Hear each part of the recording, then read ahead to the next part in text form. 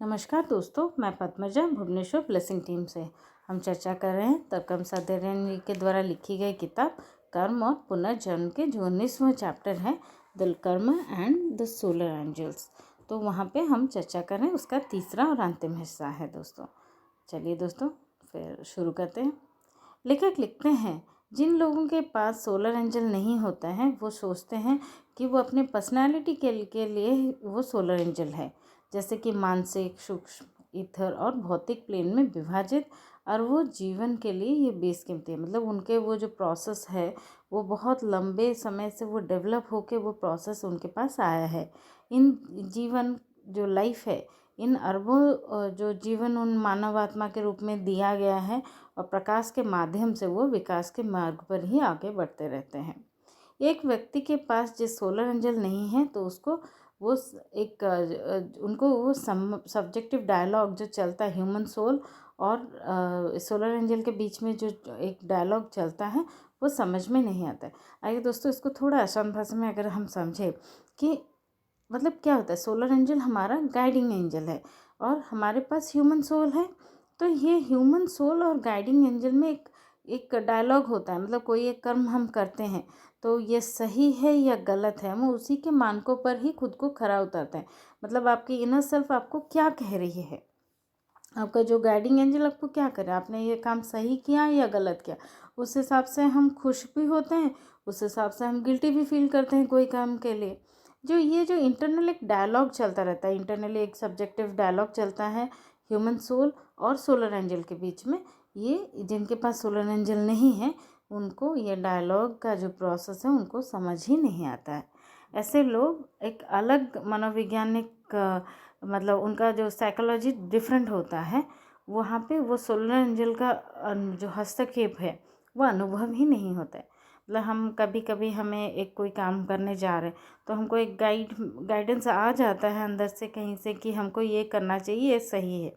अगर हम वो फॉलो करते हैं तो हम खुश होते हैं, अगर नहीं कर रहे हैं तो क्या कर रहे हैं, हम दुखी होते हैं या फिर हमें गिल्ट होती है, रिपेंटेंस होती है, जो भी होती है। ये जो हस्तक्षेप है सोलर एंजल्स का, ये हम कौन महसूस कर पाए, जिनके पास सोलर एंजल्स है। अगर ये सोलर एंजल नहीं है तो उनको वो जो हस्तक्षेप है वो समझ में ही नहीं आता है। सोलर एंजल का हस्तक्षेप बहुत सूक्ष्म है। ये कभी प्रत्यक्ष रूप में थोपा नहीं जाता कि आपको यही करना है करके नहीं बता रहा है। वो आपको एक सिचुएशन में आपको पूरी राइट टू फ्रीडम दे रहा है कि आप क्या चूज़ करें। तो सोलर एंजल की कार सिर्फ उपस्थिति के कारण ही या उसकी महिमा, सुंदरता या ज्ञान के साथ ही आपको जो भी करता है तो खुद को आप उस तौर पे उसके जो रेटिंग स्टैंडर्ड्स है उसमें आप खुद को मूल्यांकन करते हैं, और तब आप खुश होते हैं या फिर आप दोषी अनुभव करते हैं। मतलब वो उनकी प्रेजेंस ही आपको ये खुद को आपको सोचने पे मजबूर करता है। अगर आपके पास सोलर एंजल नहीं है तो नेचुरली आपके पास कोई भी आपके पास राइट या रॉन्ग करने का कोई नोशन ही नहीं है। या तो वो आप खुद ही करेंगे, जो भी आपका जो फॉलोइंग है वो उस तरह से रहता है।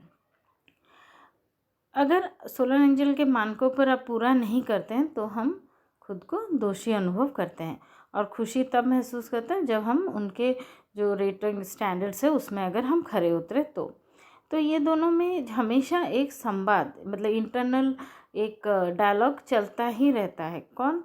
ह्यूमन आत्मा, मतलब human soul and solar angels, इन दोनों के बीच में ये हमेशा ही एक डायलॉग चलता ही रहता है। उन लोगों के मामले में जिनके पास सोलर एंजल नहीं है, ये आंतरिक प्रक्रिया समझ में नहीं आते। मतलब वो कोई भी काम करते हैं तो इंटरनल रिस्पॉन्स या रिएक्शन के बिना ही वो करते हैं। अगर वो हो सकता है, ऐसा नहीं कि वो गलत काम करते हैं, वो सही काम भी करें तो वो भी उनका इंटरनल कुछ डायलॉग नहीं होगा, या फिर इंटरनल वो कुछ भी नहीं चल रहा होता। वो सही भी कर सकते हैं या गलत कर सकते हैं। उनका ये रिस्पॉन्स या रिएक्शन अंदर जो हमारा जो एक चलता रहता है द्वंद्व, एक दूसरे के साथ बातचीत जो चल रही है वो नहीं होता है। उन्हें लगता है कि वो किसी से भी संबंधित नहीं है। मतलब उनको ऐसा कुछ भी नहीं मिलता है कि कोई किसी से संबंधित हो। मतलब हमें एक फीलिंग आती है ना, हम इस तरह से नहीं, हम इस तरह से सही या गलत के साथ हम जुड़ते हैं तो हमको एक सोलर एंजल से हमें एक रिलेशनशिप का महसूस होता है। उनके पास वो नहीं होता है। वो एक ऑलमोस्ट एक ऑर्फन साइकोलॉजी के साथ ही डेवलप होता है। मतलब एक उनका मनोवैज्ञानिक तरीके से अगर उनको देखा जाए, एक अनाथ बच्चे की जो साइकोलॉजी जो होगी उनके पास वही होगी। मतलब उनके पास कोई गाइडेंस नहीं है। उन्हें लगता है वो उनके पास तो कोई आंतरिक संबंध नहीं है, कोई आंतरिक डायलॉग भी नहीं है, और ना ही कोई इंटरनल प्रेशर का भी अनुभव नहीं करते हैं जिससे वो शिकायत या मतलब खुशी रिजॉइस कर पाएँ। मतलब हम देखिए, हमने क्या किया, हमने एक स्टैंडर्ड के साथ खुद को राइट या रॉन्ग में सोचा, खुश हुए या दुखी हुए। लेकिन जिनके पास नहीं है तो उसके पास कोई स्टैंडर्ड नहीं है, वो खुद भी उसी चीज़ से वो क्या कर रहे हैं, ना वो कोई शिकायत करते हैं ना कुछ खुश होते हैं। वो उनके सब नॉर्मल एक सिंपल प्रोसेस ही है। बस वो विकल्प बनाते हैं, मतलब एक सब्स्टिट्यूट बनाते हैं। उनकी पत्नियां या पति उनके शिकायतों का भारी बोझ उठाते हैं, क्योंकि उनके पास खुद का नहीं है वो चीज़ करने के लिए। तो वो क्या करें, बाहर डिपेंडेंसी होती है, और उनकी मतलब वो उनके लिए एक छोटी से छोटी सफलता के बारे में भी उनको आनंदित होने के लिए मजबूर करते हैं। मतलब इस तरह के कैरेक्टर रहते हैं जो कंपेलिंग रहेंगे या फिर बहुत कंट्रोलिंग रहते हैं। जैसे एक छोटे से छोटा कुछ भी हुआ तो आपको खुश होने के लिए बाध्य करेंगे, या उस तरह का सिचुएशन उनके जो स्पाउस रहता है नॉर्मली उनको वो मतलब फेस करना होता है। अगर वो जो सोलर एंजल में ना आदमी को अगर कोई विकल्प नहीं मिले या सब्स्टिट्यूट नहीं मिले, मतलब किसका सब्स्टिट्यूट बना रहे हैं, वो गाइडिंग एंजल का सब्स्टिट्यूट बना रहे हैं, अपने स्पाउस को या फिर अपने कोई फ्रेंड को या कोई भी इस तरह का इंसान को। अगर इस तरह का सब्स्टिट्यूट उनको नहीं मिले तो वो डीप डिप्रेशन में घुस जाते हैं, क्योंकि वो डिपेंडेंट है। उनको वो इंटरनल डायलॉग नहीं होता है, सही गलत का नोशन का इंटरनल डायलॉग नहीं है। तो वो किससे करते हैं, वो बाहर वही चीज़ करते हैं। अगर मान लीजिए लेखक फिर लिख रहे हैं, अगर वो लोग एवरेज हैं, ये तो बहुत अच्छे हैं जिनकी बात हो रही है, अगर वो एवरेज हैं तो वो हमेशा ही उनको ये बताने की आवश्यकता पड़ती है कि उनको क्या करना है, आगे क्या करना है, यहाँ पे ये करना सही होगा या करना गलत होगा, उनको हमेशा ही अब बताना पड़ता है। और उन्हें आगे बढ़ने के लिए निरंतर प्रोत्साहन की भी आवश्यकता रहती है। यदि वो उन्नत है तो या तो पूरी तरह से वो उदासीन रहते हैं प्रशंसा या फटकार, अब जो भी उन्हें दो वो टोटली उसमें से अनअफेक्टेड होते हैं। मतलब उनको आगे ग्रो करने के लिए उनको बहुत सारा प्रोत्साहन की ज़रूरत पड़ती है, और या फिर वो प्रशंसा से भी उनको कोई फ़र्क नहीं पड़ता या फटकार से भी उनको कोई फ़र्क नहीं पड़ता है। इसी कारण से कुछ लोग देखते हैं, हम कभी कभी देखते हैं कि $10 मिलियन का दान भी कर सकते हैं बिना देने की खुशी के बगैर, या फिर एक गंभीर अपराध भी कर सकते हैं और वो ऐसा महसूस करके ऐसा कुछ भी नहीं हुआ है, मतलब कोई गलत हुआ ही नहीं है। उस तरह का उनका कोई थॉट ही नहीं है। इंटरनल जो थॉट चलता है हमारा नॉर्मल, जिनके पास सोलर एंजल है, जिनके अंदर वो थॉट चलता है, एक युद्ध चलता है, good bad evil, good and evil का जो चलता है, या सही या गलत का एक थॉट चलता है, उनके पास वो चीज़ नहीं है।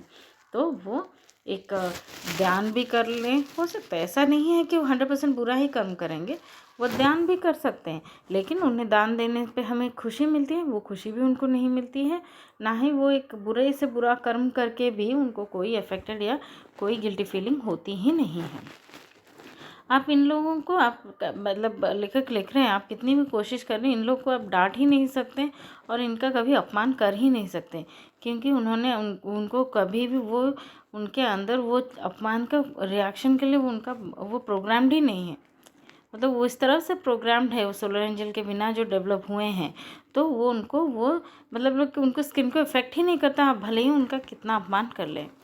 इन सब का मतलब ये बिल्कुल भी नहीं है। लेकिन हम अगर इतने सारे क्वालिटीज़ समझ रहे हैं जो लेखक ने अभी जिन के पास सोलर एंजल नहीं है, बहुत सारे नेगेटिव लोगों का जैसा पिक्चराइजेशन हो रहा है ऐसा समझ में आ रहा है, तो लेखक यहाँ पे बहुत क्लियरली बोलना चाहते हैं कि ये सबका मतलब ये बिल्कुल भी नहीं है कि वो बुरे लोग हैं, केवल वो उन लोगों से अलग हैं जो उनके पास सोलर एंजल है, मतलब वो अलग है, वैरायटी उनकी अलग है, बट वो बुरे लोग हैं ऐसा बिल्कुल भी नहीं है। सोलर एंजल के बिना लोग अक्सर छोटे बच्चों की तरह काम करते हैं, मतलब छोटे बच्चे उनका वो डिपेंडेंसी रहती है, उनका राइट रॉन्ग का नोशन नहीं रहता है, तो वो जैसे एक छोटा बच्चा बिहेव करता है कोई भी सिचुएशन में, इनका भी बिहेवियर पैटर्न वैसा ही रहता है। इसी कारण से वो अक्सर नॉर्मली शासन करते हैं और मतलब और या मैनिपुलेशन करते हैं या शोषण करते हैं। मतलब अब देखिए, जिन तरह के बच्चों की तरह वो उनको राइट रॉन्ग का नोशन उतना नहीं होता है, तो वो क्या करें, वो रूल करना चाहते हैं। वो दिस पीपल नॉर्मली रूल या मैनिपुलेट करेंगे, जिनके पास सोलर एंजल है उनको मैनिपुलेट करें या फिर उनका शोषण भी करते हैं। एक मायने में एक औसत व्यक्ति जिसके पास सोलर एंजल नहीं है और एक औसत व्यक्ति जिसके पास सोलर एंजल है, उसकी तुलना में वो अधिक अपरिपक्व है, मतलब इमेच्योर है। मतलब एक जिसके पास सोलर एंजल, सेम आदमी को अगर कंपेयर किया जाए सोलर एंजल वाला एंड सोलर एंजल नहीं होने वाले आदमी का, तो सोलर एंजल नहीं होने वाला आदमी वो ज़्यादा इमेच्योर है सोलर एंजल वाले आदमी से। कि उसके पास एक चालाक दिमाग है जिसमें वो धोखा देने के तरीके ढूंढते रहता है जिनके पास सोलर एंजल है, और उन्हें हेर फेर करते हैं, और ऐसा करने से ही उन्हें प्रगति की ओर जागृत होने का मौका मिलता है। मतलब इस तरह की गलतियां अगर वो करें और उसमें वो जागृत होने का प्रोसेस उनका इसी रास्ते से ही जाता है। तो दोस्तों, आज के लिए बस इतना ही। ये फाइनल आपका ये जो चैप्टर है, चैप्टर 19 ख़त्म हो गया। अभी हम नेक्स्ट वाले में चैप्टर नंबर 20 करेंगे। तो दोस्तों, तब तक खुश रहिए, स्वस्थ रहिए। धन्यवाद।